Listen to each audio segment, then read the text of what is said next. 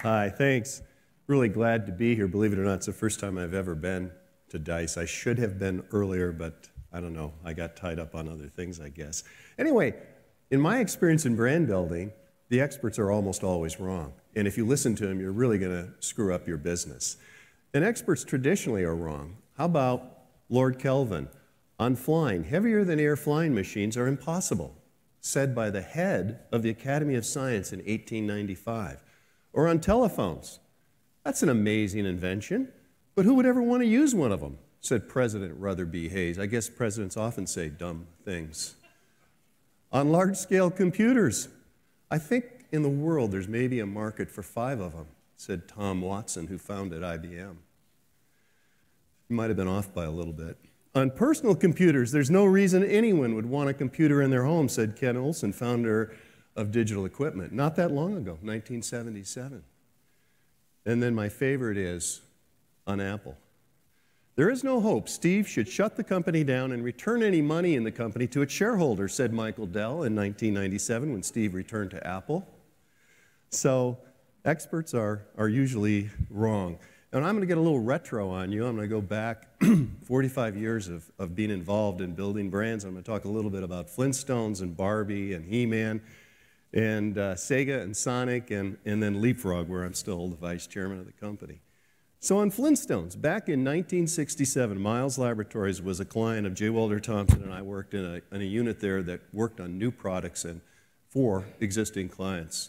And they had a vitamin called Shocks. And Bristol-Myers brought out Pals, which were animal-shaped and multicolored and fruit-flavored, and Shocks business just went to zero. And so Miles said to us, well, we need a new vitamin. So we went out and did all this research, Disney characters and Hanna-Barbera characters and other characters, and came up with Flintstones. But the problem was Flintstones had just gone off of primetime TV and was now on Saturday morning TV. And so the media experts and marketing consultants at Miles Laboratories in Elkhart, Indiana said, what are you, crazy? This thing's on Saturday morning now. It's a dead license. It's going away. Go back and do more research. So we did, and we came back a few weeks later and we said, you got to do it. Got to do Flintstones. And they said, well, okay, we don't have anybody here to run the business, so if you'll come out and run it in Elkhart, we'll do it. So we went out and we launched Flintstones, and 6 months later it was the #1 children's vitamin in the market. And the market was quite small in those days, under $100 million. Today it's still the #1 vitamin in the market, and it's a $1 billion market that it competes in. So what are the lessons from Flintstones?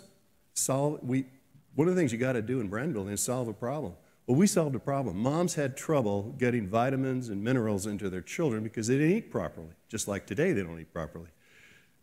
And the media experts were obviously wrong. Having a show on Saturday morning TV could be awfully powerful. It got even better when it went on syndicated TV 5 days a week after school. Okay, so I was hired out of Flintstones by Mattel. And initially I worked on the preschool business, See-N-Says and Jack in the Boxes and Putt-Putts. And one day, Ruth Handler, the founder of Mattel, walked into my cubicle in 1973. My cubicle was right outside the men's room, so I had a lot of traffic. And she said, Tom, Barbie's sales declined this year to $43 million, down from almost $100 million. And my sales force says it's over. The retail buyers say it's over. The Wall Street analysts say it's over. It better go on to something else. What do you think about all that? And I said, Ruth, that's the stupidest thing I've ever heard. Barbie will be around long after you and I are gone. And she said, that's what I wanted to hear. You're now the marketing product director on Barbie. And she also said to me, remember, with Barbie, a girl can be whatever she wants to be.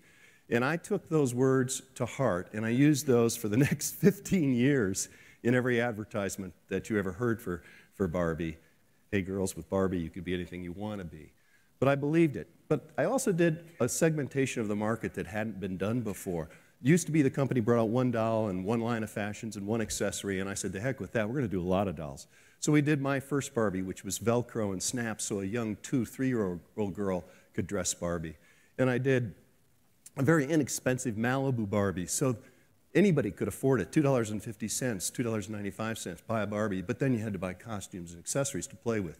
But I did the opposite of that. I did very expensive dolls for the older collector market, worked with Oscar de la Renta, and great man, Bob Mackie, and these dolls were $100.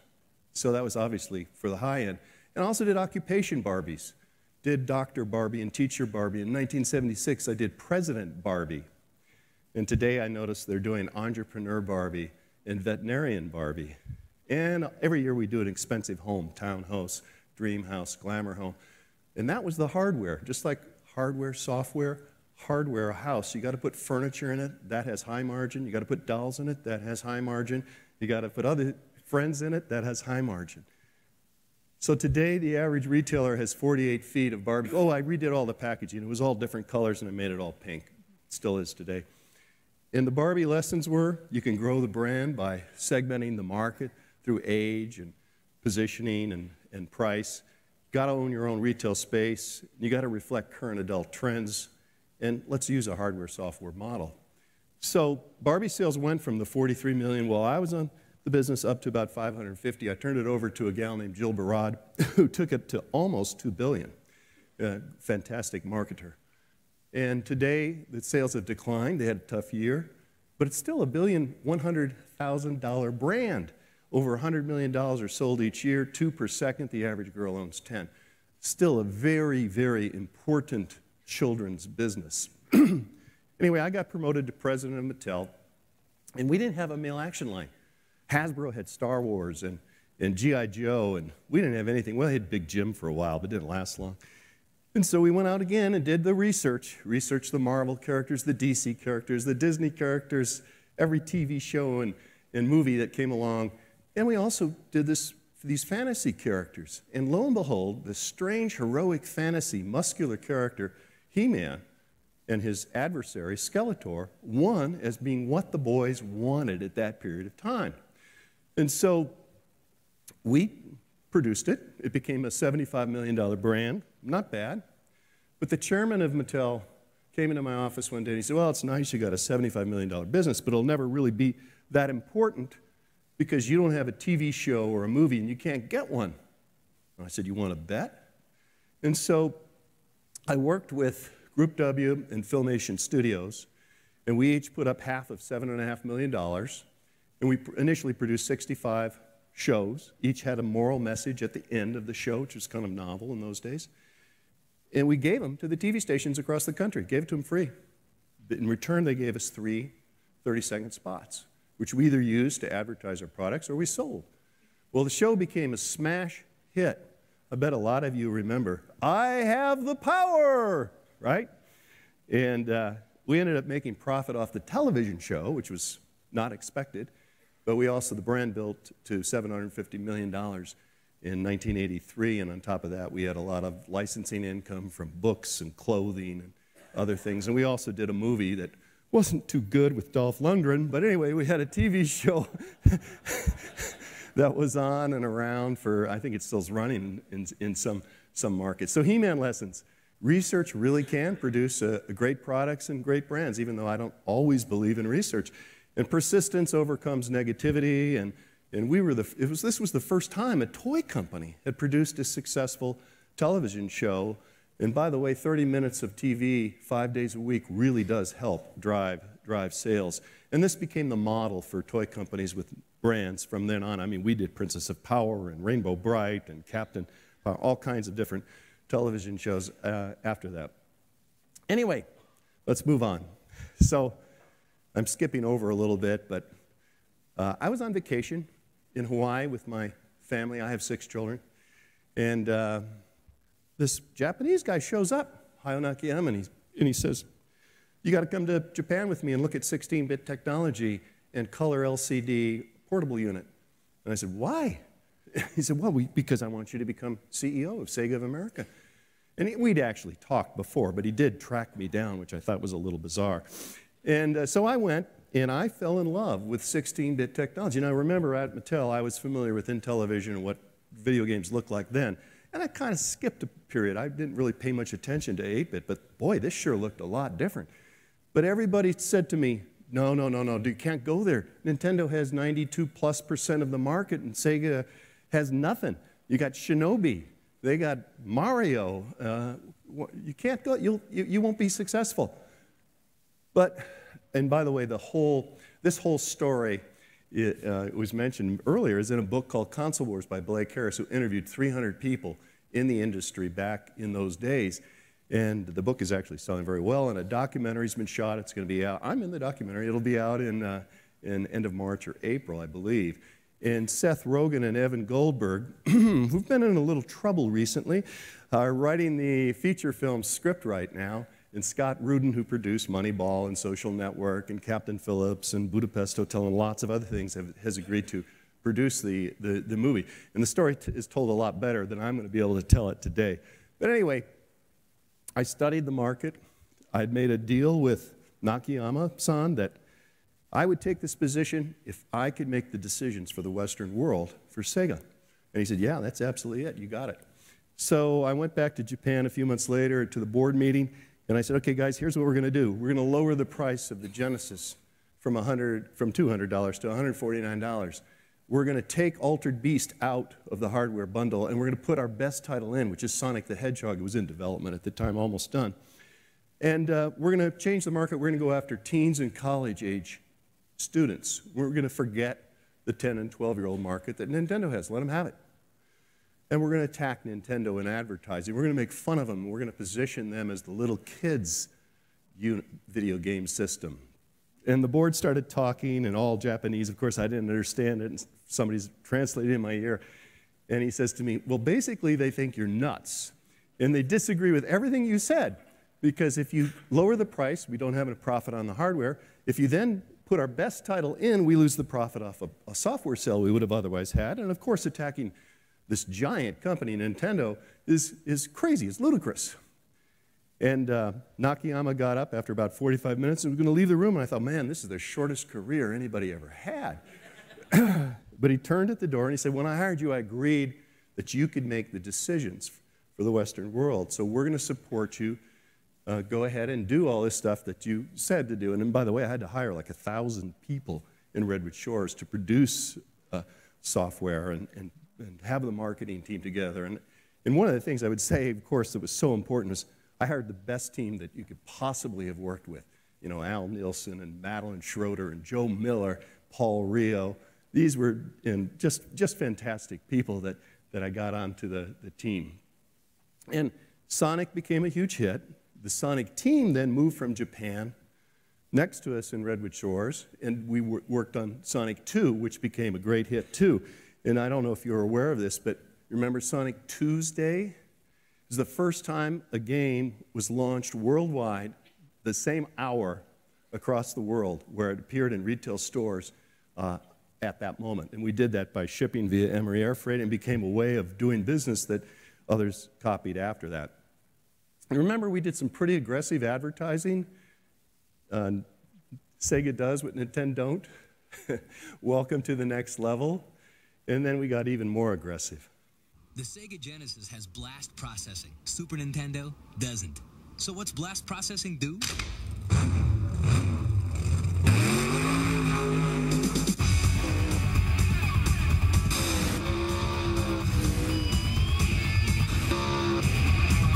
And what if you don't have blast processing?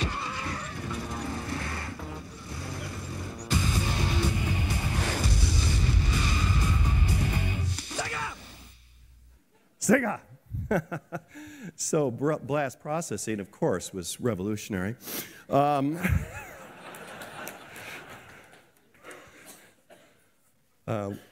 funny story, a side story.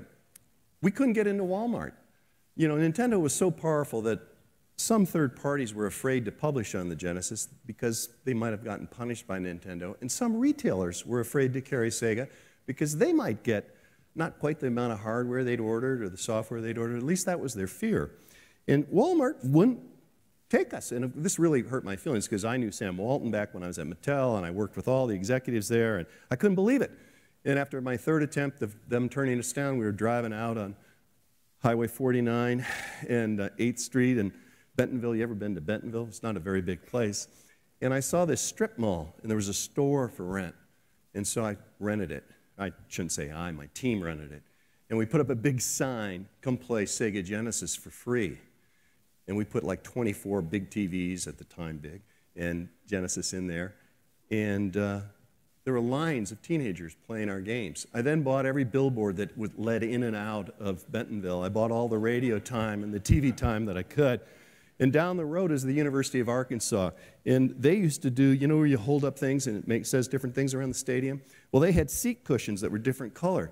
But on the other side of them, I bought the rights to have Sega printed across it. So when they held up their seat cushions, you'd see Sega all over the stadium. It was kind of fun. And then I'd call the vice president in charge of the video game area, and I'd say, Rich, you know, this week at Target, we actually are selling equal to Nintendo. And at Best Buy and Software Etc. and Babbage's, we're outselling Nintendo. Pretty soon he called me back and he said, I surrender, I give up. My board of directors is wondering why we're not carrying you, and of course we will now.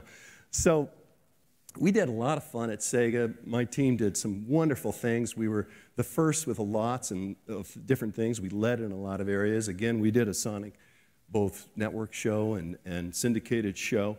We were the first to sponsor MTV. We were the first to sponsor rock concerts across the country. We built Sonic to be more popular than Mickey Mouse. We had more women in management than any other company, video game company of the time. At least half of my key executives were female. And that was unusual back then. We did the first cable delivery of video games. Remember, we didn't have internet back then. And we did our own rating system, because remember, we did put blood in Mortal Kombat, or allow blood to be shown in Mortal Kombat. So we did our first rating, the first rating system that eventually became the ESRB. I mean, it's almost the same rating system we did. And we led on the start of the IDSA, which became the Software Association. And lots and lots of other things that we did that were firsts. So our sales went from 70-something million to about $1.5 billion. We passed Nintendo in share of market in the mid-90s. And we did another $1 billion in Europe. And the market cap of Sega went from $1.5 billion to $5 billion. So lots of things that were different. We changed the age of the average game player to 21. I think Sony says it's 31 today. We priced hardware low, software high. We were very aggressive in going after the competition. We were cool. They were the cool brand. And we were very bold in what we did. And obviously, again, we owned our own retail space, and I think we were very creative in our brand building and our marketing. Now, I left Sega because of a lot of reasons. It's described in the book, but largely they stopped letting me make the decisions for the Western world. And at the same time, Mike Milken and Larry Ellison offered me an unusual opportunity to do something I really wanted to do, which was to use video game technology to improve education. And they each invested $250 million, so I had $500 million to play with, and our mission was very simple. We were going to use technology to improve education for all ages. And so we did 36 different companies. About 18 we started ourselves, and about 18 we bought when they were small, and we grew them. And one of those, by 2005, by the way, we were doing over $2 billion in revenue, so in 9 years we'd been quite successful. And at that time we divided the assets back to the investors. But one of the things I stuck with, I stayed on as CEO of Leapfrog, which we founded by a great guy named Mike Wood, and his mission was to teach reading initially. And you know, again, when we bought the company, the Wall Street experts said, don't do this. Education doesn't sell. Moms say they want it, but they won't pay the price for education in their products. So don't do it. But we went ahead and we did it because we believed we were solving a problem. 50% of U.S. kids start kindergarten they're unable to really function in a kindergarten setting. And you know, by the way, we still only graduate 69% of our high school students. So we were working on a problem. We were created to do learning well. We worked with Stanford and Berkeley professors and a few others, but we knew we had to make it fun if we were going to keep the kids with us. And we knew we could use video game technology to adapt the curriculum to the child and to some degree personalize it for each child. We had our own proprietary set of skills and a scope and sequence which no other company for preschoolers had. And we were quite successful. We sold over 60 million platforms and hundreds of millions of software, whether that was in the form of a book or software that worked on our mobile game unit or our tablets. Our tablets, by the way, are the best-selling children's tablets in the market, even though last year was not a great year for tablet sales. But still, believe it or not, this is what learning looks like. Introducing Leap TV, the new educational video game system from Leapfrog. With 3 ways to play that get kids up and active, and more than 100 fun-filled games and videos that teach reading, math, and more. You'll be happy they're learning. They'll just be happy. Leap TV gets minds and bodies moving. So I'm back in the video game business that hooks to your TV wirelessly, a camera on the television, puts your child into the game, your child's interacting with other characters and learning how to read and learning math. So lessons from Leapfrog, well, let me go on to overall lessons because I think I'm just about out of time here. Don't believe the experts. Solve a real problem, solve a real pain point that someone has. Hire the best people you can. Surround yourself with a wonderful team. I've been very fortunate to have been able to do that throughout my life. And have great advisors who buy in to your vision. And get rid of the naysayers fast because they just distract you. And have a strategy that others can't copy. If you have a strategy that's easy to copy, I would say you don't have a strategy. And be bold. And most important, tell an interesting story. You know, position your brand so that it's interesting. And celebrate failure. We used to have a Celebrate Failure Day where we'd give a $1,000 check to the guys who had the best failure, had the best rationale, but still failed. But it was worth doing. So anyway, thanks very much. I'm still busy using technology to help improve education.